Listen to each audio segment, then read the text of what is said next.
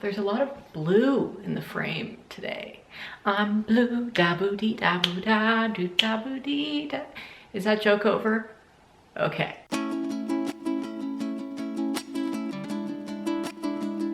Hi friends, and welcome back to my channel. Today's video is being filmed in my new space here in Oregon. This is our bedroom and it's gonna change a little bit behind me. I mean, just like we're gonna put some bedside tables on the wall back there, the ones that I had in my last apartment, spruce it up a little bit.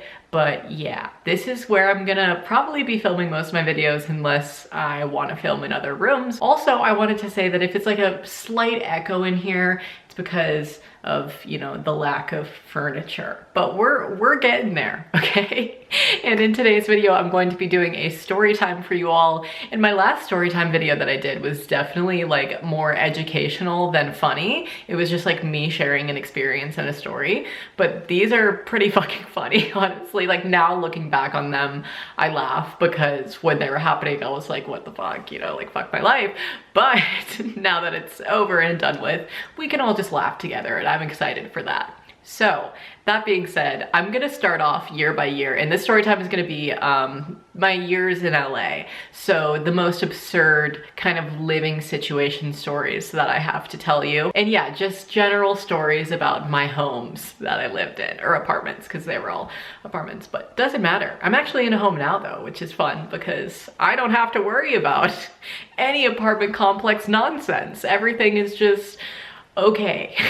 All right, so if you guys haven't been following me for a while, then you wouldn't know this, but I moved to LA when I was 17 and I just left there and I'm about to turn 21 next month. So I lived out there for over 3.5 years. So the first apartment that I lived in was with my sister, Lindsay. She also makes videos. I'll link her channel up here.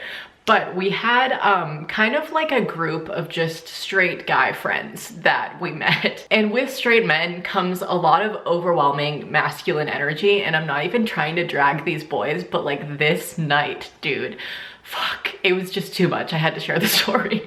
Okay, so this was back in, I want to say, circa 2014 to 2015. And I'm honestly just gonna name names because why not? I had a friend named Jeremy and I threw him like, I think it was just a birthday party or something for him. And he invited just like an appalling amount of straight men. And I was just like, okay, you know, I have no problem with that. But wow, the situations that followed during this night were remarkably terrible. I want to say that it was Jeremy's like 21st birthday or something. So obviously we were getting a little turned up. And this is one of the few nights that I can say that I truly, you know, let the alcohol get a hold of me in a bad way. Normally I'm pretty responsible. I don't even really like to drink, but obviously this was kind of my more like, woohoo, I'm young, wild, and free out in LA days. So I got pretty turned up that night, I will admit, and everybody did. And by like the middle of the party, I just could not hang. I just remember I was in my room throwing up. Jeremy's best friend, Orlando, shout out to him because he is actually like the nicest person ever.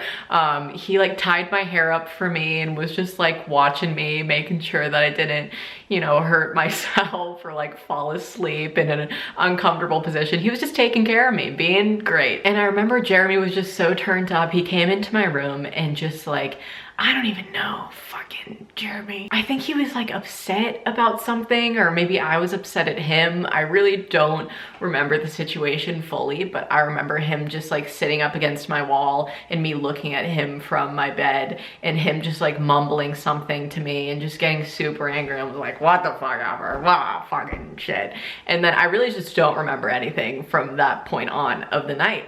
And I had obviously other friends there who were my friends and were just looking out for me, and they were like, dude, once you fell asleep, they really tore that place apart. Apparently Jeremy ashed like a cigarette into my carpet and I had like a burn mark in there, which didn't really matter in the grand scheme of things because we ended up having to replace that carpet for a bunch of other hookah ash, like singes in our carpet, which happened on numerous occasions because Lindsay had a hookah at the time. Lord knows why. But somehow every time the hookah got brought out, it would just get knocked over and a coal would just like singe a hole in the carpet. We had like at least 3 of those motherfuckers in the carpet and we had to pay to get that carpet replaced. So that was us just being idiotic and irresponsible.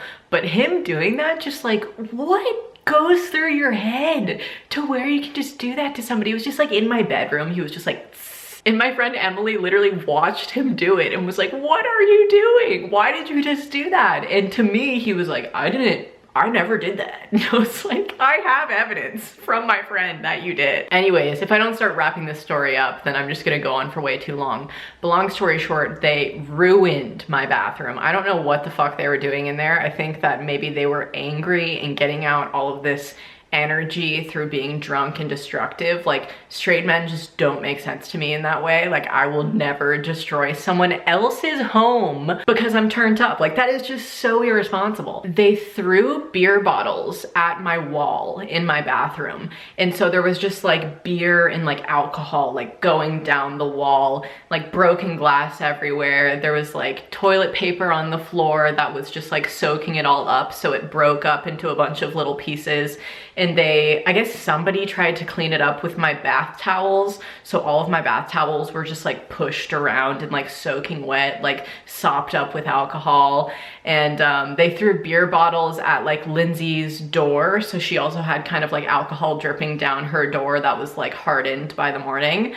They moved around like our furniture, and there was just so much shit just everywhere. And I woke up the next morning like, what the fuck happened last night? I did not do this. I know that. I passed out in my bed, okay? And I just remember going to brunch with like 3 of my friends, and they just retold the tale for me now that I was coherent enough to understand what they had done. And they were like, dude, we got out of there quick. Like, those boys were just destroying shit, and we were just telling them to stop, and nobody was listening. So we're like, fuck you, like, get out. And so then we just ended up leaving, and Megan, you gotta do something about this. You gotta call Jeremy. And so I just called him and I was like, you need to come over to my house right now and clean up what the fuck you did to my apartment last night. And he was just like, what? Like, I don't remember doing any of that. You know, classic, just classic response. And I was like, I don't care what you don't remember, but somebody's gonna come over here and clean it up. And guess what? It's gonna be you, because I threw that party for you, and you and your fucking friends destroyed my place. So yeah, he ended up just coming over like with his sorry ass, just being so like, I'm so sorry, like swiffering my floor. And I was just like, okay. Yeah, so that friendship didn't last long, honestly. Spilling the tea over here. But yeah, if you guys know the kid I'm talking about, please don't drag him or anything like that, but just know in your heart of hearts, you know, what really happened. He actually ended up apologizing to me about just like a bunch of bullshit like months down the line after I just, you know, cut him out of my life. So shout out to him for that. You know, some people don't learn, but he did, apparently. At least he told me he did. Who knows? Okay.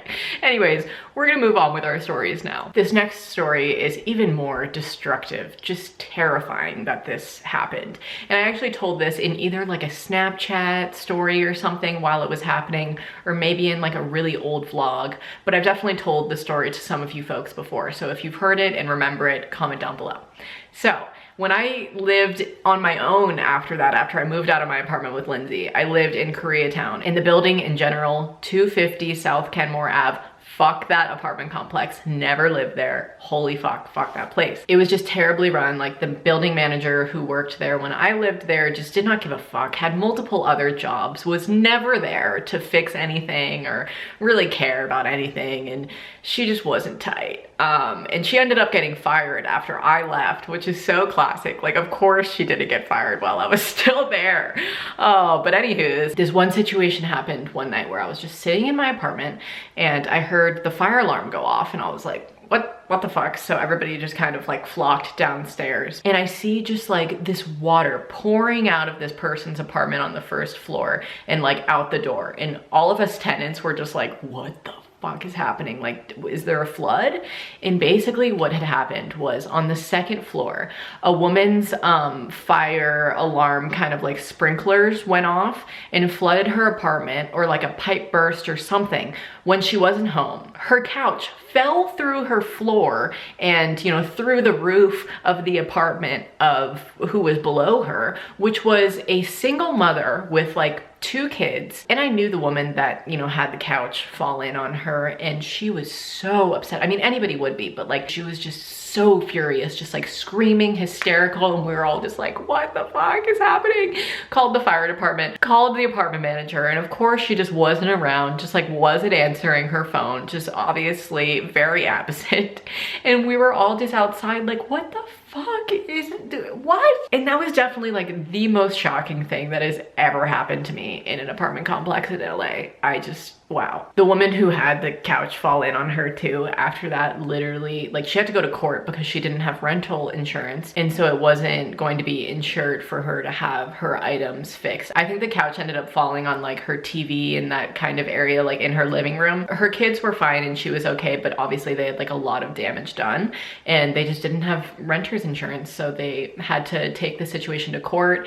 And I don't know when the situation actually went to court, but I always just talked to her outside of the apartment complex because I would always just like chat with her about, you know, anything, and her kids were so nice to my dog, and just, they were great people. Anyways, she like stood outside of our apartment complex for so long, just basically being like, when people would walk by, she'd be like, don't fucking live here, like fucking fuck this place. And was just like smack talking the place, literally like would stand outside and tell people not to move in. And hats off to her for doing that, because please, like if you guys are looking at Koreatown apartments, do not move there, okay? The only thing that was good about that place is it was central to California donuts, which is dank. But other than that, area just not okay. Trash all around, just everywhere. People just, in LA, they just like throw their trash on the ground, like instead of in a trash can or in the designated area. One time I was walking down the road at this apartment, like walking my dog or something, and this guy got like a quesadilla on like a styrofoam plate, and he like took one bite of it and was like, and then just like flung it to the side, and I was like, sir, what are you doing? But yeah, that was, I guess, just kind of like the norm there for people to just leave plates of rice outside, and Larry would just pull me every which way and try to like get all this street food, and it was just, wow, what a terrible place to live. So yeah, I'm sure that was pretty scarring for that woman, and I just pray that she got that, you know, she got justice in that situation, because having that happen to you would be the most scarring experience ever. I can't even imagine. Just terrible. This next story is quick and comical. So at my next apartment that I lived at when I moved to downtown LA, I lived next to this guy Daniel, and he was just, you know, we only had a couple run-ins with each other, but one time when we were both like going into our apartments at the same time, I was like, hey man, my name's Megan, nice to meet you. And he was like, Daniel, nice to meet you too.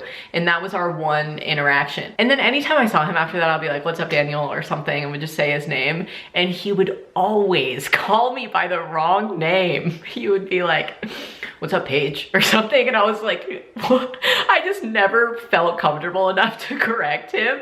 And so when I had my going away party, like I had a moving out kind of party at the end of November before I left, and I only really ever met like 2 neighbors on my hallway. And so the night of the party, just to be a courteous neighbor, I just slipped, you know, a notice under both of their doors being like, hey, I'm moving out at the end of the month, and I just, you know, want to have one little shebang before I go. So I'm having a party tonight, you know, you can call me at this number if it gets too loud, or feel free to come, you know, I just would love to have you guys. Thanks, Megan. And so he probably read it and was like, fuck.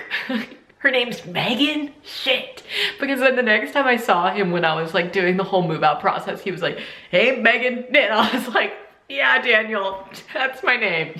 Okay. All right, this next story has been told on probably all of my platforms at this point, like definitely talked about it on the podcast, probably on my blog channel, etc., etc. Okay, but I need to tell this story because it's just absurd how it happened, and just like, fuck this building for doing this. Okay, so basically over the months of September of last year into the beginning of October, my AC was broken for that entire period. It was broken from like the last day of August, the entire month of September, to the beginning of October. It was 95 degrees outside every day. It was so fucking hot. And I also had like these giant windows all throughout my unit, so it was just like it was also like a corner unit. unit, so all the sun would just go directly into my apartment. I have photos of my thermostat just at like 95 in the apartment, and I couldn't live there. I just couldn't live there. I didn't have any fans in there or anything, and when I did have fans, it was just blowing all the hot air. Like, oh God, it was bad. I mean, I definitely tried the solutions, my friends, but it was just inhumane for me to live there with my dog. So I ended up living at Finley's apartment for like the duration of that entire month. So shout out to Finley for being there for me. But during that time, I would like Uber back to my apartment when they would tell me it was fixed. It was fixed about 4 to 5 times, and then it would just break later that night all over again. And so once it happened, like the 5th time, once it broke for like the final time, I was just so fucking upset. I mean, I was furious for the entire month, but I was so mad after this. I was just like kicking the unit and being like, fuck, like screaming and just getting so frustrated. And like, that's not normally me, man. Normally I can keep my temper pretty chill, but I wrote out like this heated text message to my building manager, and I was just like, dude, I cannot do this anymore. The amount of times you've told me it's fixed and it just hasn't been, it just keeps breaking. Like, you're not doing anything about it. You don't come here to see and check it out. You're just like, oh, I've been told it's fixed, you know, but nobody goes in to test it out until I get there. And I was just so frustrated. And I'd been told by many people when I was venting about the situation that once I threatened with court, then they would finally fix it. And that is exactly what happened. I was like, I don't want to have to take you guys to court over this situation, but in California's tenant rights, if you don't get something fixed, like heating or AC in somebody's apartment, I think if it's by like 12 days or something, you can legally take them to court or withhold your rent. So I withheld my rent for the entire month of September because it was broken the entire month, and I just refused to pay. I was like, I'm not paying that. I mean, I didn't live here, you know, and I have every right to do that. And when I moved out, they took that balance that I owed them for them not fucking fixing my AC out of my security deposit. And you legally cannot do that unless somebody damages the apartment. Like, you can't just take that out. Oh my God, I was so furious, dude. And when these situations happen to you, you're like, okay, if I were to take them to court over this now, like to get my money back that they took from me once I moved out and stuff out of my security deposit, I would still have to pay for a lawyer. I would still have to go back to California and fight them in court or something. You know, it's just like, is it even worth the time at this point? So basically that apartment robbed me. Fuck them. Fuck that apartment, dude. Like, yes, it was nice and it was cute or whatever the fuck, but it was like 2 blocks away from Skid Row. There was always people just like outside panhandling or literally breaking into the apartment and sleeping in the basement. That happened many times, just very unsafe. They ended up having to like change the door code and just like do all this other stuff, and the AC breaking was just the last fucking straw for me. I was like, fuck this, I'm leaving. And so yeah, that's honestly the main reason that I left that apartment. And then once I left that apartment, I moved in with Finley and put the rest of my stuff in storage. And so then I was living back in Koreatown with him, and where he lived, you know, it was a decent place. There was a couple, you know, triggering things that occurred, which I'm obviously gonna share with you right now.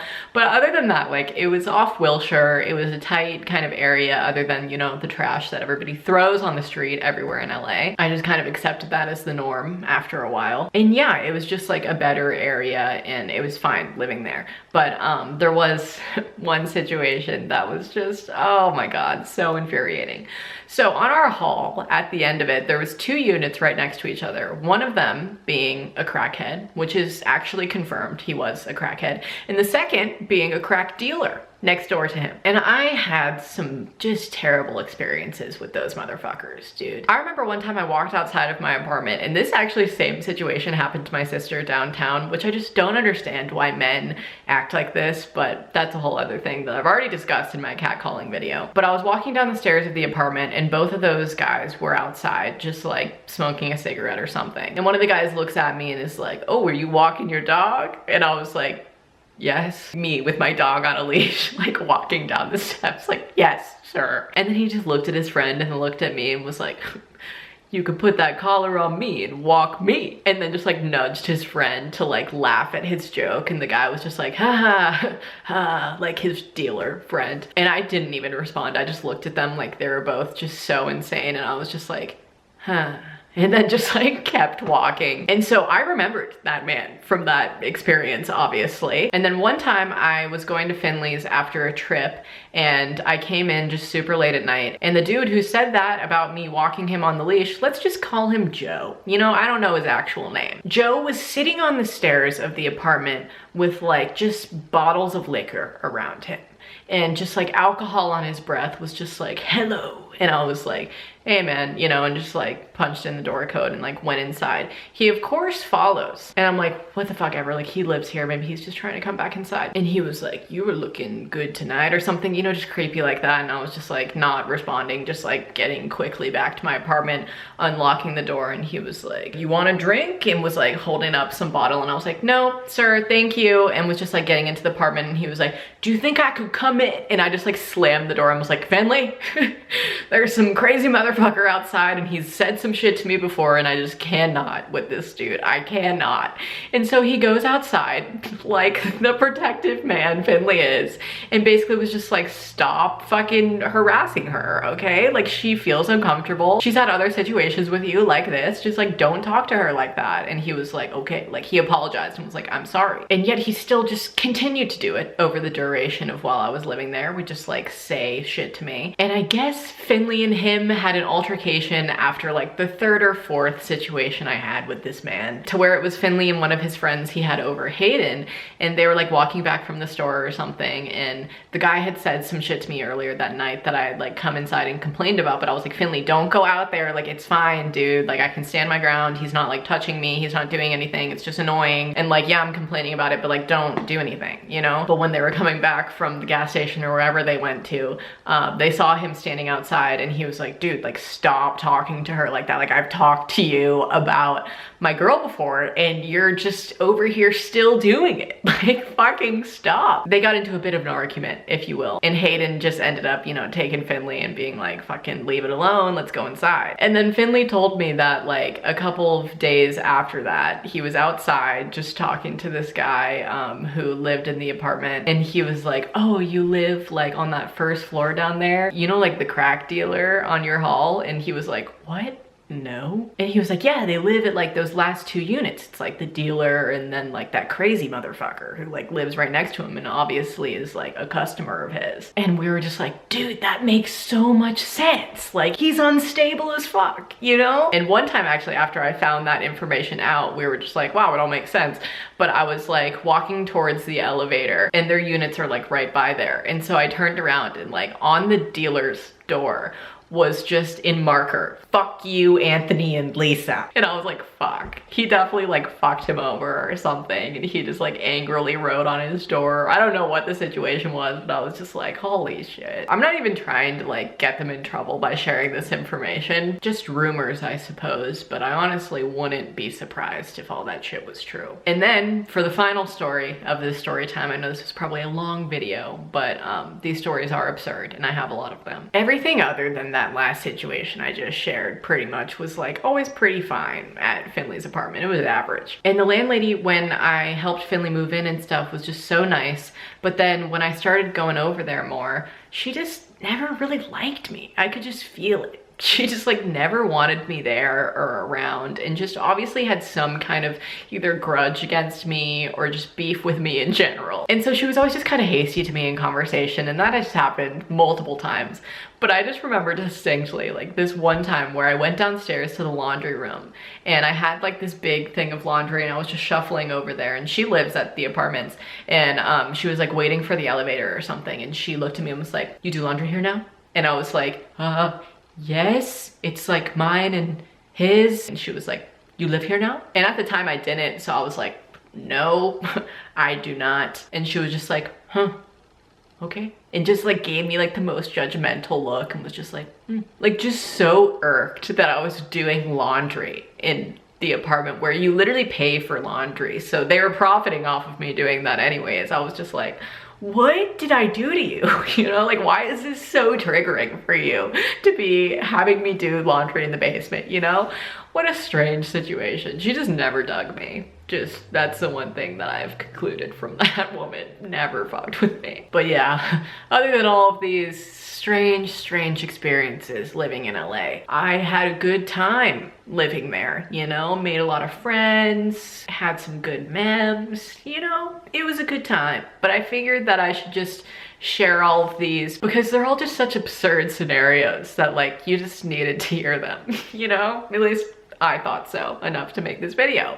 And you guys voted for this story time first before I do my IUD falling out story time, which it will be coming eventually, but I don't think I'll do story time. I'll probably do something in between to break it up.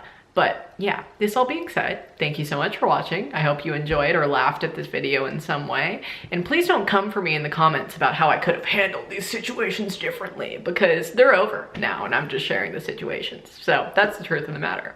I know that people love to share their opinions on YouTube, but I don't need it, okay? All right, yeah, give this video a big thumbs up if you enjoyed it. Subscribe to my channel if you want.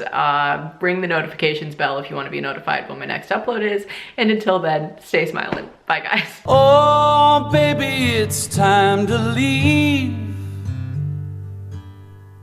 Take the van and the hearse down to New Orleans.